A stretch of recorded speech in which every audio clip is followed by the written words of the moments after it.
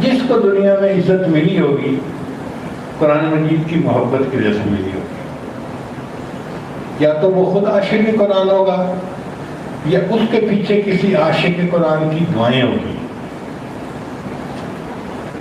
ایک مرتبہ مجھے کسی نے سوال کیا امریکہ میں کہ اللہ نے آپ کو دنیا کے اتنے ملکوں میں دین کی نسبت سے جانے کا موقع دیا، آپ نے کون سا خاص عمل کیا ہے؟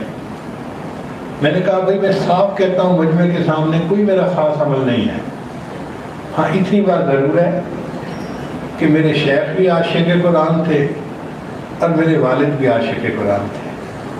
میرے شیخ کا عشق قرآن تو مشہور ہے علماء میں، سبحان اللہ، بیان کرتے تھے تو بس قرآن قرآن قرآن ہی پڑھتے رہتے تھے۔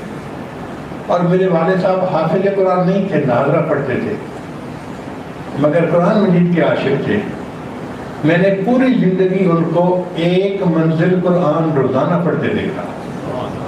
ہر جمعرات کے دن صبح کے 9-10 بجے ان کے ختم قرآن کی دعا ہوتی تھی، تو ہم چونکہ بچے تھے ہم بھی اس انتظار میں رہتے تھے کہ ابو کا ختم قرآن ہوگا، امی کچھ مٹھائی وغیرہ تقسیم کریں گی اور ہم کھائیں گے۔ وہ 10,000 مرتبہ درود شریف روزانہ پڑھتے تھے، کیونکہ انہوں نے گٹھلیاں رکھی ہوئی تھیں کھجور کی، اور کبھی کبھی مجھے کہتے تھے کہ یہ گٹھلیاں کم ہو جاتی ہیں، تم ان کی تعداد کو گن کے اگر کم ہے تو پوری کر دو۔ تو میں پھر ان گٹھلیوں کو گنا کرتا تھا تو مجھے پتا تھا کہ یہ 10,000 گٹھلی ہیں۔ وہ روزانہ فجر کی نماز کے بعد 10,000 مرتبہ درود شریف پڑھتے تھے، پھر اس کے بعد ایک منزل قرآن مجید کی تلاوت کرتے تھے، اور ہر جمعرات کے دن ان کے ختم قرآن کی دعا ہوتی تھی۔ تو والد بھی عاشق قرآن تھے اور شیخ بھی عاشق قرآن تھے۔ مجھے لگتا ہے ان کی دعائیں میرے کام آ گئیں اور اللہ نے میرے اوپر ترس کھا لیا۔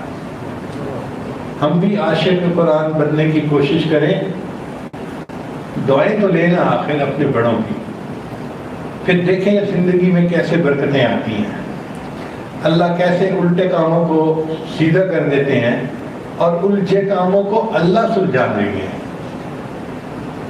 صحابہ کرام اسی قرآن مجید کو سینے سے لگا کر نکلے، اور جہاں ان کے قدم پڑے اللہ نے ان کو دنیا کا فاتح بنا دیا۔ ہم بھی اسی طرح کریں کہ دن میں ایک وقت ایسا ہو ہم بھی قرآن مجید کو سینے سے لگا کے مسجد کے امام خطیب کے پاس آ کر بیٹھیں، حضرت میں نے قرآن مجید کا ترجمہ سیکھنا ہے، میں نے قرآن مجید کی صورت یاد کرنی ہے۔ پھر قیامت کے دن اللہ پوچھیں گے میرے بندے تو میرے پاس کیا لایا؟ ہم اتنا کہہ سکیں گے تیرے کعبے کو جبینوں سے بسایا ہم نے، تیرے قرآن کو سینوں سے لگایا ہم نے۔ اللہ ہم نے تیرے قرآن کو سینوں سے اس وقت لگایا تھا جب لوگوں کو قرآن مجید پڑھنے کا شوق ہی نہیں ہوتا تھا، دھیان ہی نہیں ہوتا تھا۔ اللہ تعالیٰ ہمیں قرآن مجید کو پڑھنے، سمجھنے، اس پر عمل کرنے کی توفیق عطا فرمائے۔